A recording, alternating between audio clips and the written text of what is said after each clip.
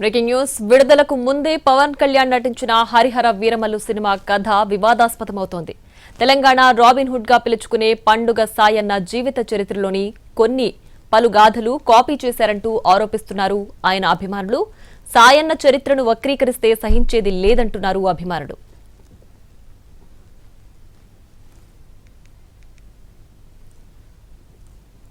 పండుగ సాయన్న జీవిత చరిత్ర పుస్తక రచయిత బెక్కం జనార్దన్తో మా ప్రతినిధి అహ్మద్ ఫేస్ టు ఫేస్ చూద్దాం. పవర్ స్టార్ పవన్ కళ్యాణ్ హీరోగా నటించిన హరిహర వీరమల్లు చిత్ర కథాంశము వివాదాస్పదమవుతుంది.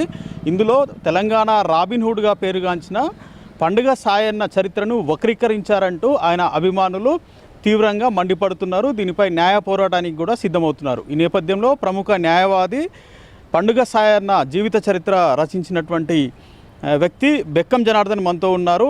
ఏంటి సార్, ఎందుకు మీరు ఈ చిత్రానికి సంబంధించి పండుగ సాయన్న కథాంశాన్ని వక్రీకరించారని మీరు ఎందుకు ఆరోపిస్తున్నారు? మీకేమనిపించింది? హరిహర వీరమల్లు తీయకంటే ముందు ప్రారంభంలోనే ఆ కథ డైరెక్టర్ కానీ తర్వాత నిర్మాతలు కానీ వాళ్ళందరూ చెప్పింది ఏంటంటే పాలమూరు వీరుడు తర్వాత తెలంగాణ రాబిన్ హుడ్ ఎవరైతే ఉన్నారో పండుగ సాయన్న జీవిత చరిత్ర ఆధారంగా ఈ సినిమా తీస్తున్నామని చెప్పి ప్రకటించారు. పండుగ సాయన్న పేరు మీద అయితే ఇష్టమున్నట్లుగా వక్రీకరించడానికి చిత్రీకరించడానికి రాదని చెప్పేసి ఒక కొత్త పేరును క్రియేట్ చేశారు. హరిహర వీరమల్లు అన్నట్టు ఆయన చరిత్రలో లేడు. చరిత్రలో లేని హరిహర వీరమల్లును తీసుకొచ్చేసి ఇష్టమున్నట్ల ఔరంగజేబు అని కొంత అక్కడ కొంత ఇక్కడ కొంత మొత్తం మిక్చర్ చేసి గందరగోళంగా చేసి ఒక కొత్త కథాంశాన్ని తీసుకొచ్చారు. పండుగ సాయన్న కోసం దాదాపుగా ఒక 3 సంవత్సరాలు పరిశోధన చేసి ఆయన చరిత్ర మొత్తం కూడా బయటికి తీసి నేను ఆయన జీవిత చరిత్ర మీద బుక్ రాసిన, ఆ తర్వాత ఆయన జీవిత చరిత్ర మీద నవల కూడా రాసిన.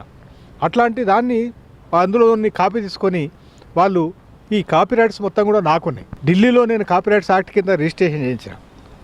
నాతో కనీసం ఓరల్గా కానీ రిటర్న్ కానీ ఎట్లాంటి పర్మిషన్ లేకుండా ఇందులోని కథాంశాలను కాపీ కొట్టడం అనేది కాపీరైట్స్ యాక్ట్కు విరుద్ధం. చట్టవిరుద్ధంగా చేస్తే ఈ కార్యక్రమం మీద వెంటనే వాళ్ళు బేషరతుగా అందులో ఉన్న పండుగ సాయన్న అంశాలన్నీ తొలగించి ఇందులో కాపీ కొట్టినవి కూడా తొలగించి బేషరతుగా పండుగ సాయన్న అభిమానులకు క్షమాపణ చెప్పి ముందుకు పోవాలని, లేకపోతే చట్టపరంగా వాళ్ళ మీద చర్య తీసుకోవడం జరుగుతుందని చెప్పి తెలియజేస్తుంది. అంటే ముఖ్యంగా సినిమా తీయడం అనేది వినోదం కోసం తీసేది సరే, అందులో వివిధ రకాల కథాంశాలను జోడిస్తారు.